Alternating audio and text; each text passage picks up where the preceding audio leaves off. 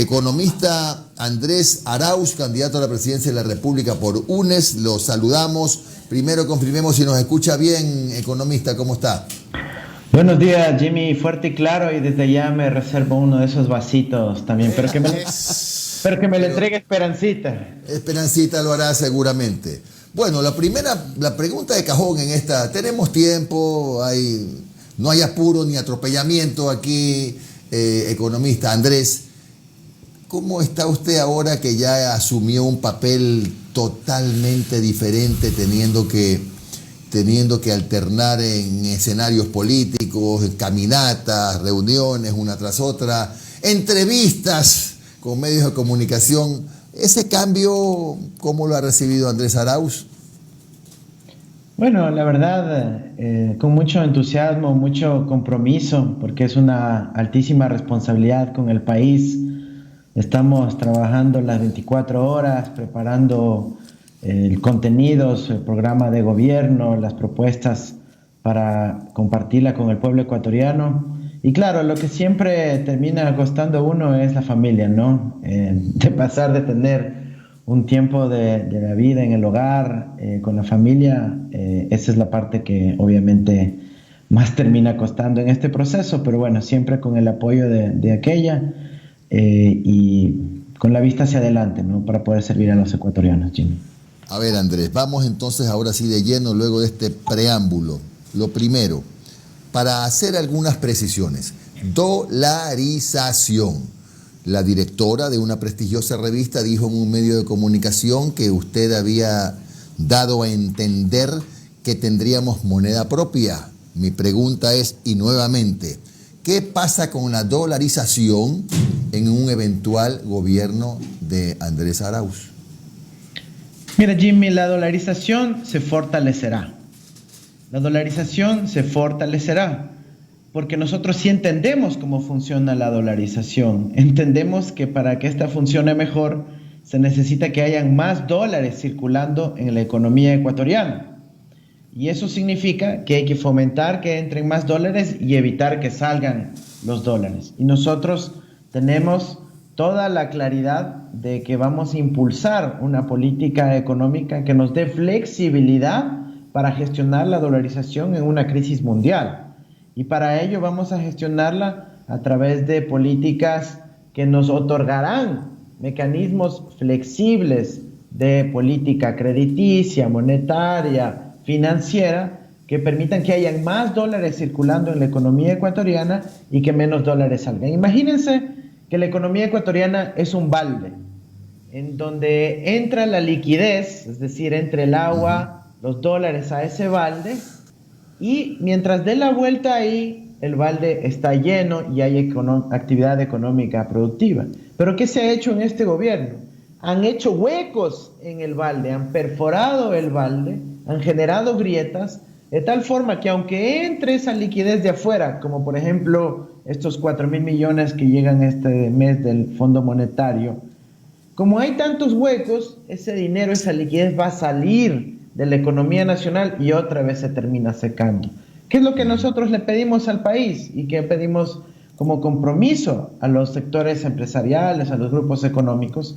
Dejemos tapados esos huecos para que la liquidez siga circulando y ese balde vaya acumulando actividad económica, vaya llenando de actividad productiva. Cuando circule el dinero dentro de la economía, si por cada dólar que entra se da la vuelta al menos 5 o 6 veces antes de salir, ya pues hemos logrado estimular la actividad económica. Pero ¿qué ocurre ahora con este gobierno?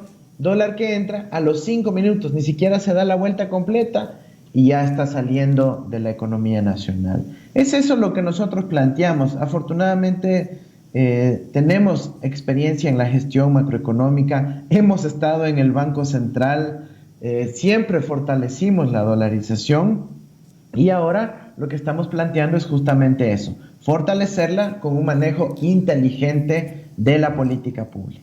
Usted dijo hace unos días que, y por supuesto causó salpullido a mucha gente, que pretendía o planteaba la repatriación, no sé si fue exactamente ese el término, de entre 30.000 y 33.000, 34.000 millones de dólares que tiene ecuatorianos, empresarios. No voy a hablar de la legitimidad, por supuesto, de esos recursos. Asumamos que todos son recursos limpios, plata que se ganaron sudándola, que están afuera. Bueno, hubo casi que un escandalillo nacional. Pero en el 2017 el ministro Campana dijo lo mismo que usted, que entre 30.000 y 36.000 millones se pueden repatriar y que estaban haciendo incluso un proyecto que nunca se hizo para regresar esa plata. Explíquenos cómo va a ser para regresar esa plata, para que la gente que la tiene afuera porque no confía en invertir aquí, fije sus ojos en su tierra. Mira, nosotros tenemos ahí una combinación de elementos que vamos a impulsar.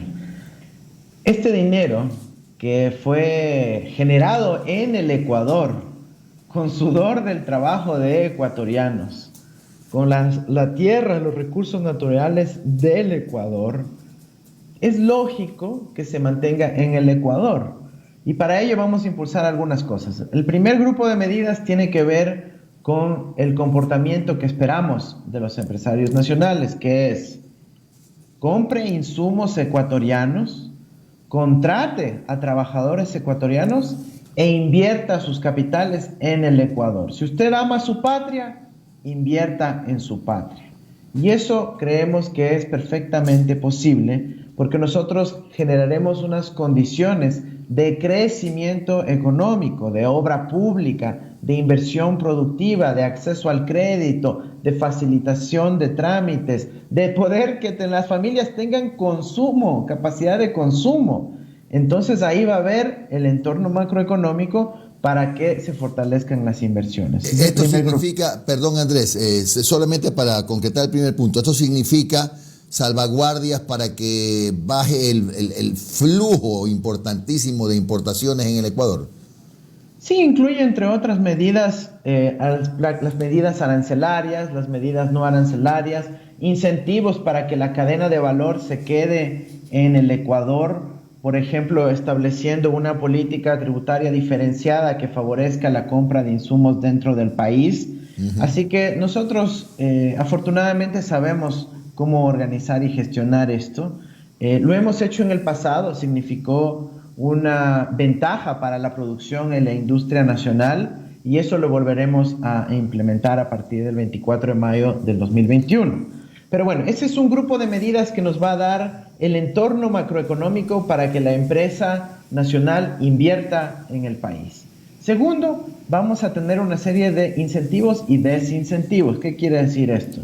Un acuerdo de largo plazo con la industria nacional que le genere certidumbre económica, no solo tributaria o legal, sino certidumbre económica, es decir, asegurar que va a tener un mercado doméstico, sea este el mercado de la compra pública como el mercado de los consumidores, de las familias ecuatorianas, para que sepan que van a tener 3, 5 o 7 años de seguridad en la compra de esos productos para que puedan invertir en el Ecuador. Y también vamos a establecer desincentivos a través de las medidas de regulación con las que cuenta ya el Estado ecuatoriano y que ojalá no le vayan desmontando en los próximos meses, que tienen que ver con el coeficiente de liquidez doméstica. Es una norma que emite la Junta Monetaria para que la banca no pueda tener tanta plata afuera, a través del fondo de liquidez, a través del impuesto a los activos depositados en el exterior, y algo muy importante que es lamentablemente muy presente en el comercio exterior ecuatoriano, que se llama el control a los precios de transferencia. ¿Qué quiere decir esto? A veces algunos negocios subfacturan o sobrefacturan las importaciones o las exportaciones, y de esa manera, por ejemplo, una caja de banano la reportan como que valió $5 y realmente la vendieron a $8. Esos $3 ya no ingresan al país y se quedan depositados en el exterior. A través de un mejor control de los precios de transferencia, con las tecnologías de información y comunicación con las que disponemos en el siglo XXI, nosotros podemos mitigar y disminuir muy fuertemente todo este dinero que sale del Ecuador con estos mecanismos. Economista, buenos días, le saludo a Omar Jaén. Y tengamos claro, economista, que, por ejemplo, fruto de alguna empresa familiar que yo pueda tener, he reunido un capital, digamos, $500,000. Ya quisiera que sea cierto, pero sí, estamos poniendo un caso hipotético. Pero realmente no siento que haya seguridad jurídica en el país y yo quiero, obviamente, pagando mis impuestos, sacar ese dinero.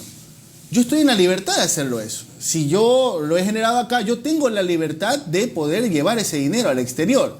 Por eso es que a lo mejor, no, y también hay cierta malicia, pero también hay temor de ciertas personas que han ganado su dinero, han pagado sus impuestos para sacar esos capitales y van a decir, ¿qué? ¿Ahora me van a incautar esos fondos? ¿Qué explicación le da a esas personas que temen con respecto a este tipo de comentarios que se están haciendo? Omar, nadie va a incautar los recursos de nadie. Estamos hablando de que ese dinero que está en el exterior vuelva al Ecuador para generar actividad productiva, para generar más oportunidades de ganancia para esos mismos negocios en el Ecuador. Es una propuesta absolutamente coherente con las prácticas internacionales. Por ejemplo, los Estados Unidos tienen una ley que se denomina FATCA, que dice que si es que un estadounidense tiene recursos en cualquier banco de otro país del mundo, tienen que reportar cuánto dinero tienen y cómo lo obtuvieron. ¿Para qué? Para hacer una conciliación tributaria, ¿no es cierto? Por ejemplo, Apple, la empresa de tecnologías de información que tenía recursos en el exterior, hizo una importantísima repatriación de su liquidez, de sus recursos hacia los Estados Unidos. ¿Para qué? Para poder generar actividad económica, industria, desarrollo tecnológico en los Estados Unidos. Y esa es la misma práctica que queremos hacer nosotros. No estamos incautando recursos. En primer lugar, necesitamos obtener información de dónde están esos recursos. Para eso, este gobierno ya había implementado una norma que se llamaba el reporte de información de los activos monetarios en el exterior para quienes tenían más de $100,000 afuera. Ojo, no me estoy refiriendo ni a migrantes, ni me estoy refiriendo a becarios y gente que está estudiando en el exterior. Me estoy refiriendo a sectores que tienen más de $100,000 en el exterior y que luego, cuando entró el ministro Martínez con la directora Marisol Andrade del SRI, inmediatamente derogaron esa resolución, que no hablaba de incautación ni de repatriación, sino simplemente de información para poder hacer la conciliación tributaria. Así que el primer paso que tomaremos es retomar una política de simplemente transparencia de información para que, en caso de que no hayan evadido impuestos o algo por el estilo, nadie tiene de qué preocuparse porque habrá esa conciliación del caso. Economista, usted estará de acuerdo conmigo, supongo, que uno de los factores que a lo mejor impide esa repatriación de capitales es lo que se denomina la inseguridad jurídica. Por ejemplo, en este nuevo acuerdo firmado o que se está por firmar con el Fondo Monetario Internacional, ya se habla de una reforma tributaria. ¿Ya? Como ya es costumbre aquí, no sabemos cuáles son los puntos en específico de este acuerdo del Fondo Monetario, pero ya economistas y exministros hablan de subir el IVA al 14 o al 15%. Es decir, nuevamente, nuevas reglas del juego. Si usted llega a Carondelet, ¿qué es lo que le propone al país con respecto a reforma tributaria? ¿En qué tiempo lo haría? Y si usted tiene el compromiso de mantenerlo como para poder atraer esos capitales del exterior. Mira, nosotros diseñamos un instrumento muy poderoso que se llama el contrato de inversión. El contrato de inversión es un acuerdo en donde tanto la empresa privada junto con el Estado se comprometen mutuamente a varias cosas. El Estado se compromete a la estabilidad tributaria, es decir, que aunque cambien las leyes, se mantenga la legislación tributaria vigente al momento que fue expedida. Se compromete a la estabilidad jurídica y regulatoria, es decir, que aunque puedan haber cambios regulatorios más adelante, se establecen los que estaban al momento de la firma del contrato. Y se establece, obviamente, a una serie de incentivos que constaban en la ley en ese momento.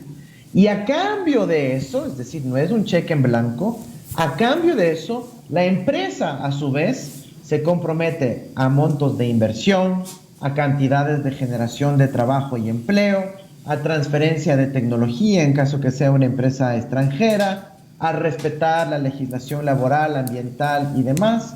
Y de esa manera se genera una virtuosa relación entre el Estado, que otorga los incentivos, la seguridad jurídica y tributaria del caso, y la empresa, que tampoco es que simplemente se lleva esos regalitos, sino que está comprometida a invertir, a generar trabajo y empleo en el país. Y si alguno de los dos no cumple, pues ahí obviamente se entra a una solución de controversias.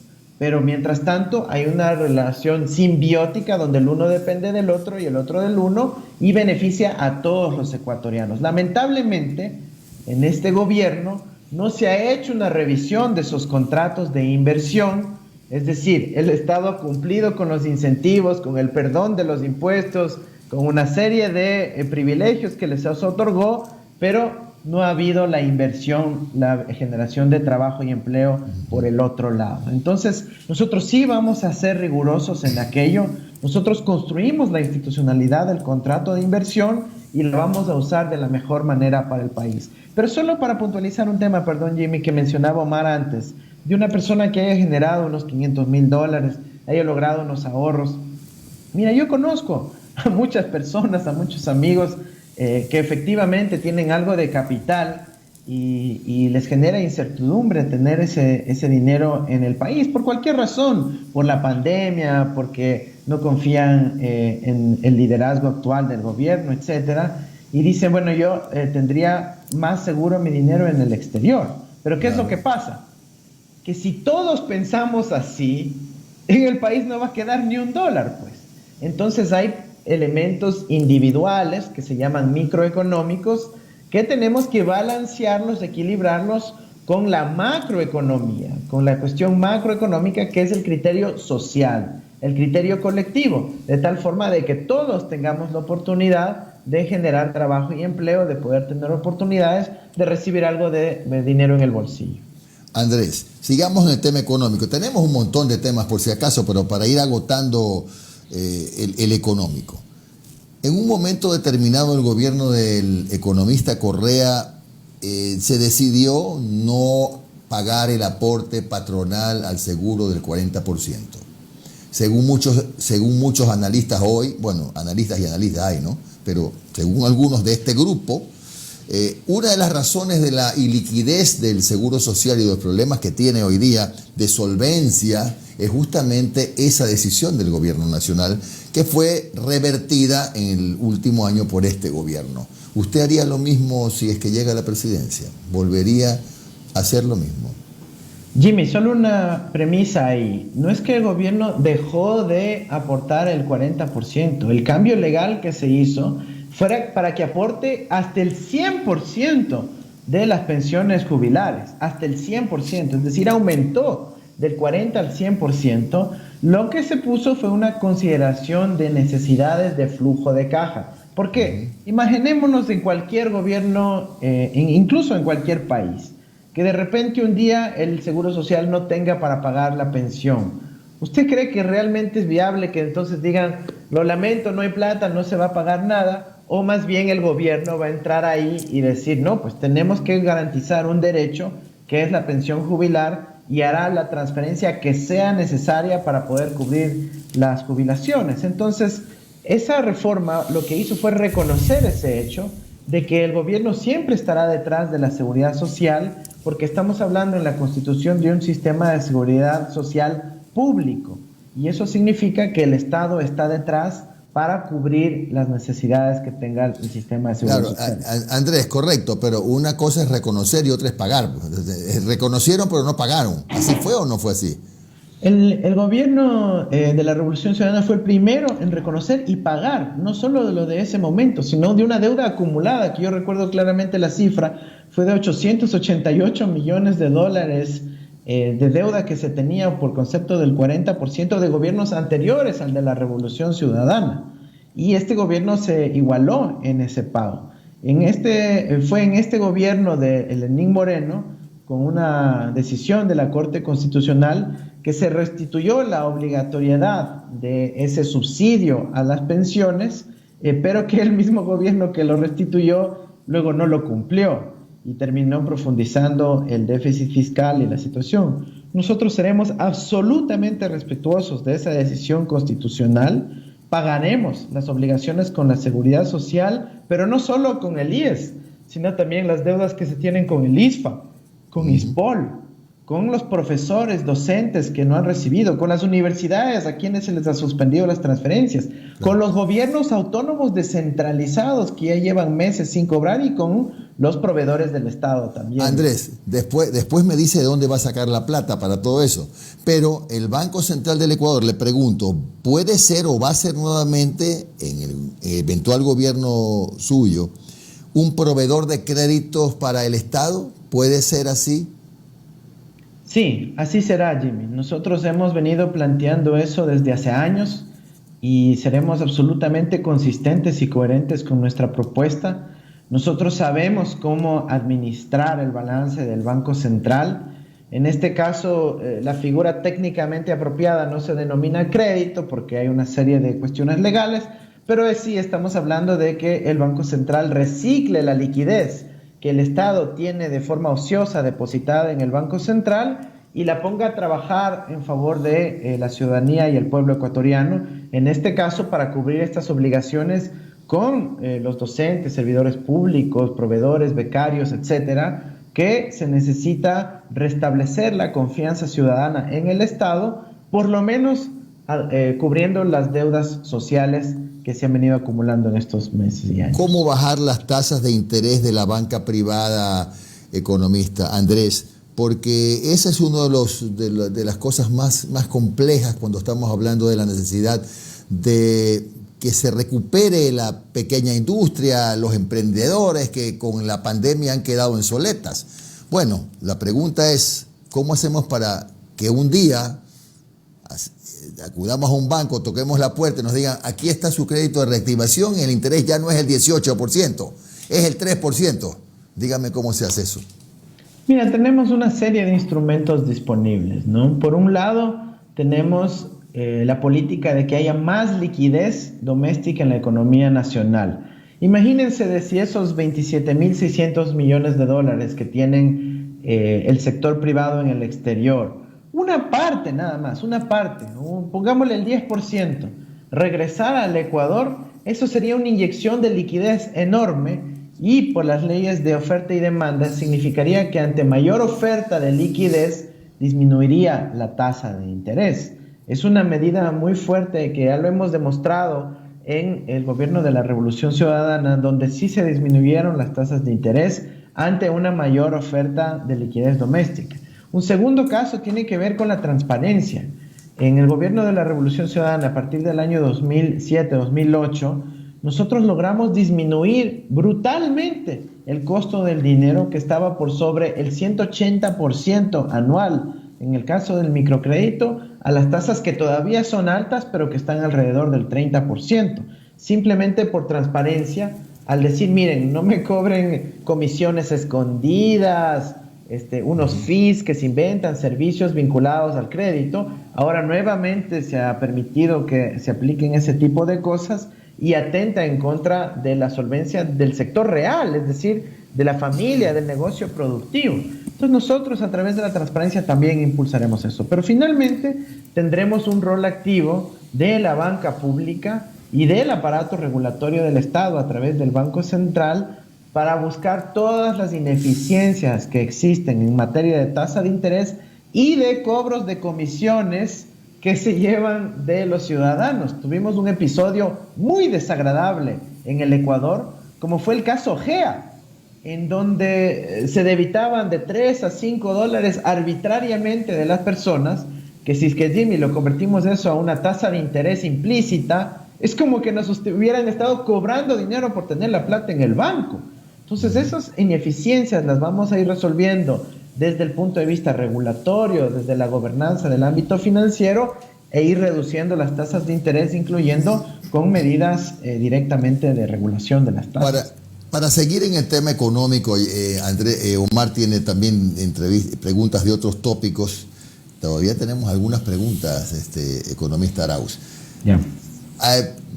En la búsqueda de liquidez, el gobierno ha planteado la monetización, alias privatización, alias concesión, de las empresas como las eléctricas, las telefónicas, las refinerías, etc.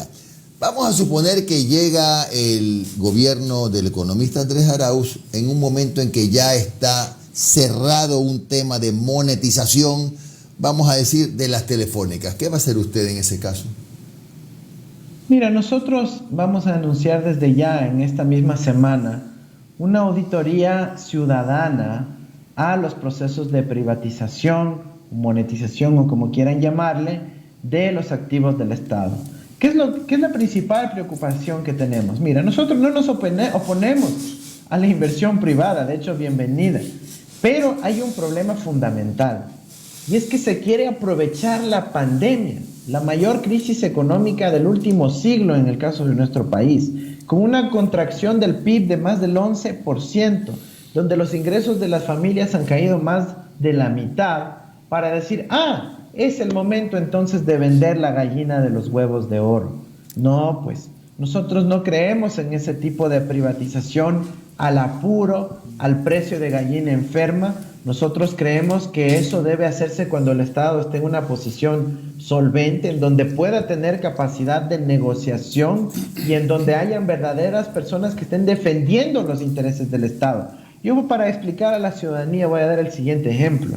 Si es que yo, Andrés Arauz, quiero vender mi camioneta, que la compré hace poco para mi trabajo, pero necesito la liquidez, ¿qué voy a decir yo? Vendo camioneta que está dañada, que no sirven las llantas, que los papeles no están en regla, que tiene un hueco en el balde y que ya mismo se va a romper y ya mismo va a explotar.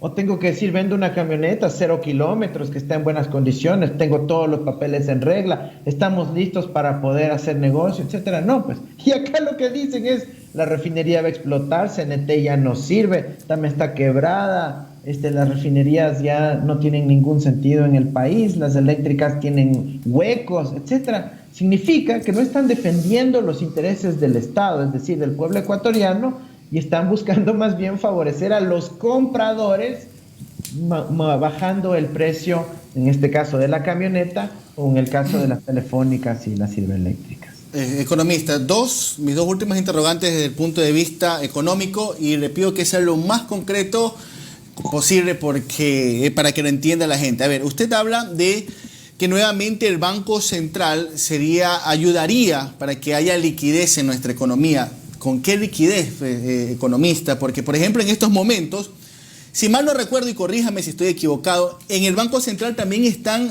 los dineros de los municipios y de las prefecturas, ¿verdad? Uh-huh. Ya, entonces, digamos que se coge ese dinero para cancelar obligaciones, por ejemplo, con los servidores públicos, con el ISFA, con el IES. ¿Qué pasa? Pues queda el hueco con los GATS. O sea, ¿de dónde saldría? ¿Con qué liquidez podríamos, de qué liquidez del Banco Central podríamos coger como para darle liquidez a la economía en general? ¿No sería muy riesgoso nuevamente acudir al Banco Central? No, Marcia, al contrario. No estamos hablando de coger ni quitar los recursos de nadie. Imagínense usted una cooperativa, la gente deposita su dinero ahí. Ajá. Y la cooperativa da crédito sobre la base de la expectativa futura de los negocios de poder repagar ese crédito. Y en ningún momento está afectado el depositante. El depositante va a poder cobrar y mover, hacer transferencias de su dinero sin ningún problema. No estamos hablando de tomar dinero de ningún depositante, sino de que el Banco Central establezca un financiamiento adicional, en este caso al Estado, para cubrir las deudas justamente con los gobiernos autónomos descentralizados, la seguridad social y el aparato productivo nacional. Nosotros buscamos una sinergia que genera relación positiva entre los actores económicos, Omar. Sino, ¿cómo podríamos ver que justamente cuando el Banco Central cumplió un rol clave entre el 2014 y el 2016 para evitar que se profundice una crisis internacional, no pasó nada negativo con los depósitos de los gobiernos autónomos descentralizados? Más bien siempre tuvieron a su disposición su dinero y más bien siempre recibieron puntuales sus rentas. Así que nosotros sabemos hacerlo bien, somos muy responsables, hemos trabajado en el Banco Central en el pasado y vamos a poder generar la sinergia entre el caso. Economista, en una entrevista de las que ha dado desde que anunció su candidatura, usted propuso que una manera de ayudar a las pymes, a las pequeñas, medianas empresas, que son probablemente las más golpeadas en esta pandemia, era que el Estado ayude con un porcentaje a pagar los salarios de los trabajadores, uno, para que haya más circulante y dos, para evitar más despidos, pues, ¿no, verdad?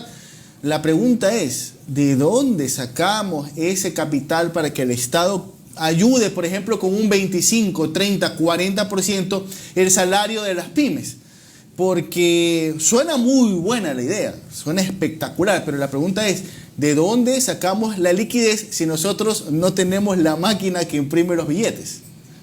Claro, bueno, obviamente no es que vamos a imprimir billetes de ninguna manera, pero el Estado tiene mecanismos muy potentes para poder financiarse, que han ido en contraposición con lo que ha ejecutado este gobierno. Nosotros no vamos a perdonar impuestos, es más, estableceremos una política redistributiva que apunte solamente a los grandes negocios y grandes familias que ganen más de $1 millón, un aporte de 1% para que pueda la sociedad ver acceso al financiamiento y pueda cubrir sus necesidades más básicas. Estamos hablando de muy pocas personas que serían afectadas, pero que el resto de la sociedad va a recibir un aporte importante. Estamos hablando de recuperar la soberanía de los recursos naturales del Ecuador. Este gobierno cambió las condiciones contractuales para que el Estado solo reciba aproximadamente el 15% de la renta petrolera. Nosotros volveremos a ejercer soberanía sobre nuestros recursos naturales y de esa manera fondear. Pero también apalancaremos inteligentemente la liquidez que sí tiene disponible el Ecuador. Estamos hablando de cerca de $9,000 millones en liquidez que está en nuestra economía nacional, en el sistema financiero y Banco Central, y también estamos hablando de los cerca de $30,000 millones que están en el exterior, que si una parte de eso se logra repatriar, va a generar encadenamientos y reciclaje de liquidez dentro de la economía ecuatoriana. A ver, seguimos, economista Arauz. La casación se define hoy día a las 3 de la tarde y hay dos posibilidades, ¿no? Una, que el economista Correa y otros 14 o 15 sentenciados salgan bien librados, pero la otra es que no, y que simplemente no se dé paso y que la sentencia no se modifique. Si no es Correa el candidato a vicepresidente de la República por UNES, ¿quién es? Mira, nosotros estamos bastante tranquilos con lo que hemos avanzado en el Consejo Nacional Electoral. Intentaron hacernos dar un paso en falso para retirar la candidatura del economista Correa. Ahora eso ya ha sido solventado, aclarado por todos los medios. Esa decisión vendrá a partir del 18 de septiembre, en donde el CNE tendrá que pronunciarse sobre la inscripción o no, la calificación o no del economista Correa. Nosotros queremos que Rafael Correa siga en la papeleta. Es indispensable, creo yo, que para el pueblo ecuatoriano tenga el derecho de votar por quien quieren votar, en este caso por Rafael Correa. Ahora, nosotros proyectamos que se van a hacer, digamos, sucesivos capítulos de discusión alrededor de este tema, y no somos tampoco ingenuos ni carecemos de estrategia. Tenemos nosotros varias alternativas de personas que pueden suplir el nombre de Rafael Correa en caso de que finalmente el Estado decida excluirlo de la participación democrática. Yo quisiera reservarme esos nombres por lo pronto para que, como lo dijo Juan Sebastián Roldán, que cualquier candidato del correísmo será apresado, proteger también su seguridad, su identidad y evitar que se les venga la persecución política encima antes de hora, ¿no? Ustedes esperan que el CNE les conteste por escrito, porque lo que pasó la semana pasada es que sí ingresó por secretaría la documentación. Me pregunto si esta respuesta por escrito puede darse en estos días o necesariamente tiene que ser el 18. Necesariamente tendrá que ser a partir del 18. El 18 nosotros estamos facultados a inscribir la candidatura, ingresaremos los nombres del caso y recién ahí el CNE abre una etapa de impugnaciones, una etapa de evaluación y calificación de los nombres inscritos y decidirán si finalmente los inscriben como candidatos o si solicitan un reemplazo. Ante esa solicitud de reemplazo habrán 48 horas para realizar el reemplazo y estamos tranquilos porque recién ahí tendremos que tomar una decisión. Bien, no quiero ser pájaro de mal agüero, pero está de más decir que si es que acaso no le va bien hoy día a los ciudadanos sentenciados en el caso Sobornos, ya tienen que acelerar el tema de promover el nombre de quien lo acompañe usted en la papeleta. Sí, vamos a esperar que se lleven a cabo la toma de decisiones del caso. Incluso si hoy se da alguna decisión que pudiera ser desfavorable para el economista Rafael Correa, para el país entero, permanecen algunos recursos convencionales de aclaración y demás que nos darían ampliación, aclaración, que nos dan unos días más hasta que, si es que el resultado es negativo, tengamos una cuestión ejecutoriada. Nosotros más bien estamos esperanzados en que los jueces del Tribunal de Casación asuman con responsabilidad histórica y con rigurosidad académica, como se espera de tan alta magistratura, y asuman la responsabilidad que tienen por el bien del país. Economista, un candidato presidencial siempre va a ser blanco de críticas y le van a escarbar todo lo que haya en su pasado, por lo cual me permito hacer dos consultas con respecto a acusaciones que se le han hecho en las últimas semanas, con respecto a procesos judiciales que usted tiene, uno en el 2002 y uno creo que es en el 2014, si mal no recuerdo. El del 2002 se menciona de un accidente de tránsito, donde la gente ha buscado información en el sistema judicial y hay un supuesto una persona atropellada. ¿Podría explicarnos qué fue lo que ocurrió en el 2002, que si mal no recuerdo todavía era menor de edad, o sí, no? Sí. Gracias, Omar, por la pregunta. Mira, te la comento. Ese caso del 2002, en donde andan diciendo por ahí en redes que por embriaguez hubo un atropellamiento, lo que no aclaran es que yo fui la víctima de ese accidente de tránsito. La persona que estuvo en estado de embriaguez era la otra persona. Y mira, afortunadamente, porque ya sabes cómo es esta cuestión en las redes, la gente no analiza, no lee, no buscan la documentación. Aquí tengo yo los documentos que prueban que yo fui la víctima de ese accidente de tránsito, donde la otra persona, que me voy a abstener de decir su nombre, estuvo presa por 30 días por ese accidente de tránsito y luego recibimos incluso una indemnización de su parte por el daño sufrido. Esto, como tú bien lo dices, fue hace casi 20 años, hace 18 años, y yo fui víctima de ese atropellamiento. Perfecto. Pero Andrés, perdón la interrupción, pero usted era menor de edad, ¿usted cómo manejaba un carro? En esa época la legislación contemplaba un permiso de conducción de menores. Está eso perfectamente legitimado. El permiso de conducción de menores será para personas que tenían más de 16 años de edad y podían ser acompañados por un adulto mientras viajaban. Entonces no hubo ningún incumplimiento de mi parte y ahí está todo el caso judicial, que quien quiera que pueda ir a meterse a analizarlo va a encontrar. Economista, y con respecto a la otra denuncia, realmente se me va en estos momentos el año, creo que es 2014 o 2012 o algo por ahí, con respecto de una persona que lo acusaba usted de estafa porque supuestamente le habían pedido dinero por un terreno cerca de Yachay. ¿Cómo fue este proceso y en qué terminó? Que fue archivado por último, pero ¿qué fue lo que ocurrió sobre esta acusación?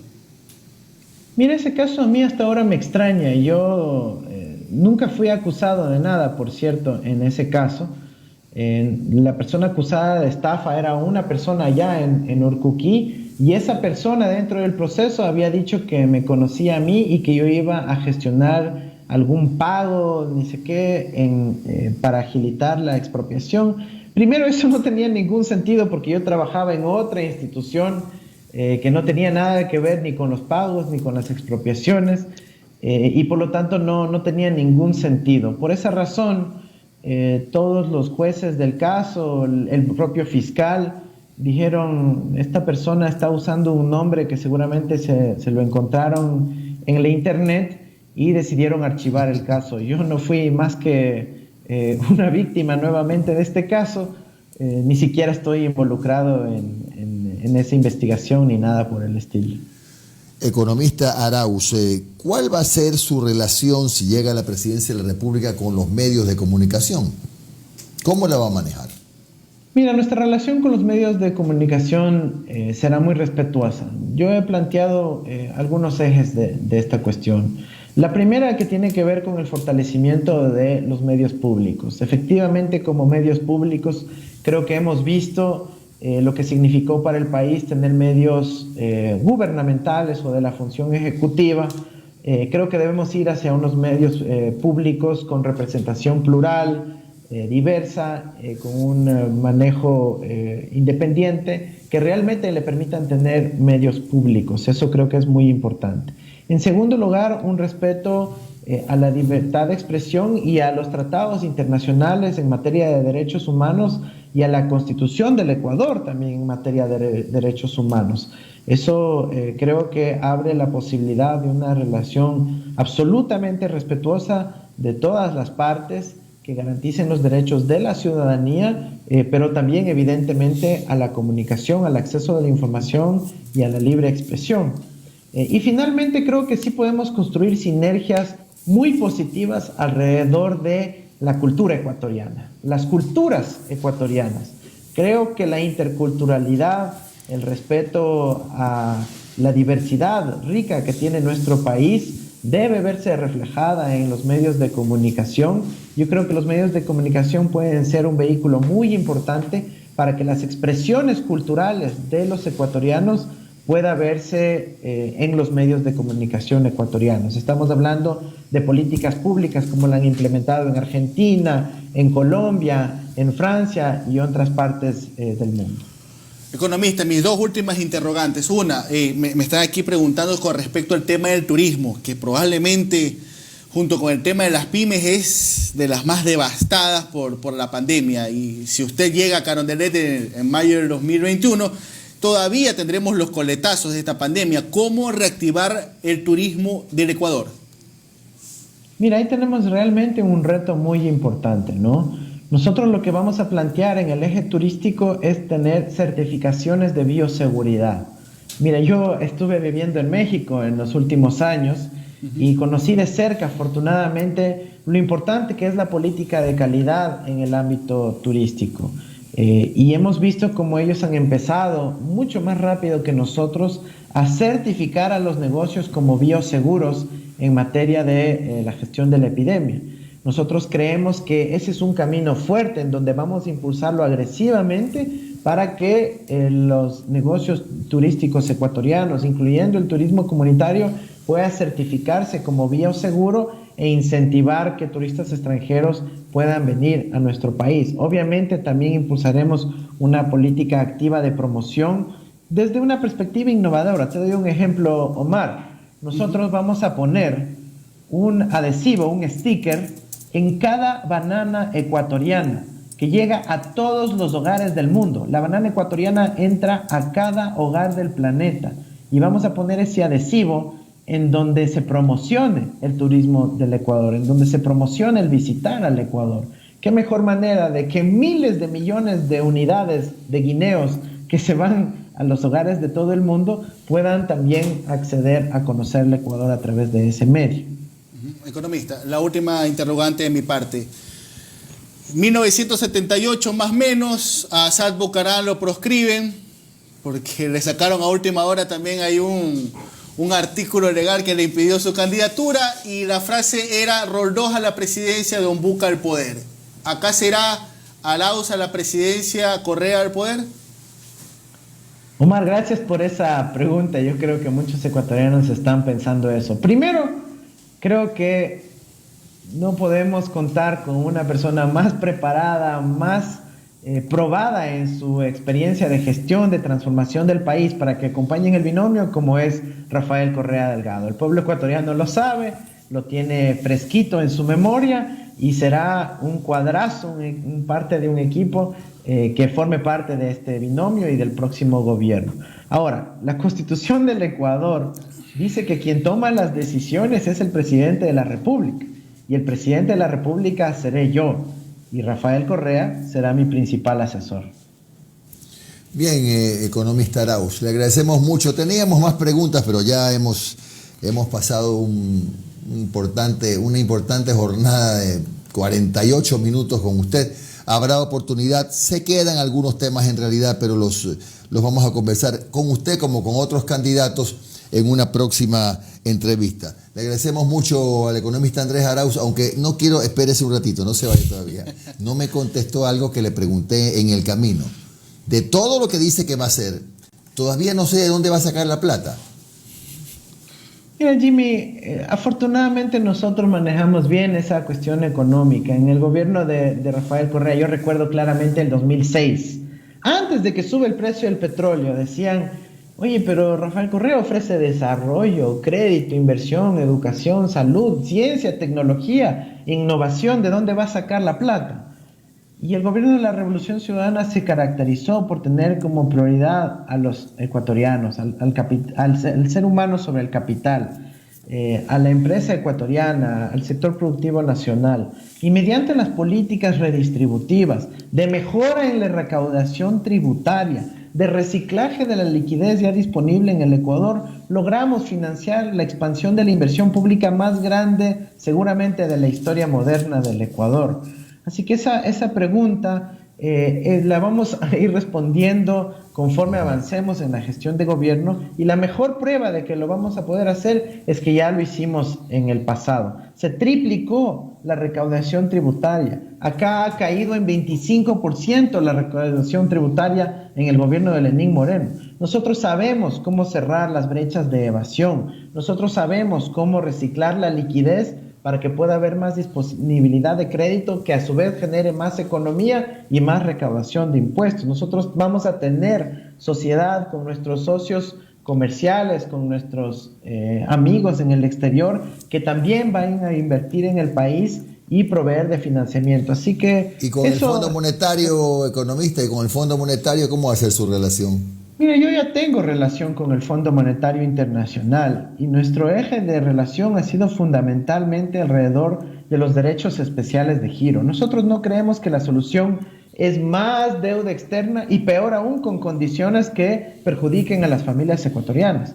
Nosotros lo que le decimos al Fondo Monetario es: creemos los derechos especiales de giro para que al Estado ecuatoriano le lleguen 4.000 millones de dólares sin deuda, sin endeudamiento, y de esa manera contribuir de manera justa, equitativa, con visión de desarrollo a nuestro país. Bien, muchas gracias, economista Andrés Arauz. Será entonces hasta una próxima oportunidad con usted como con otros distinguidos candidatos a la presidencia de la República. Un abrazo virtual, Andrés. Buen día. Bien.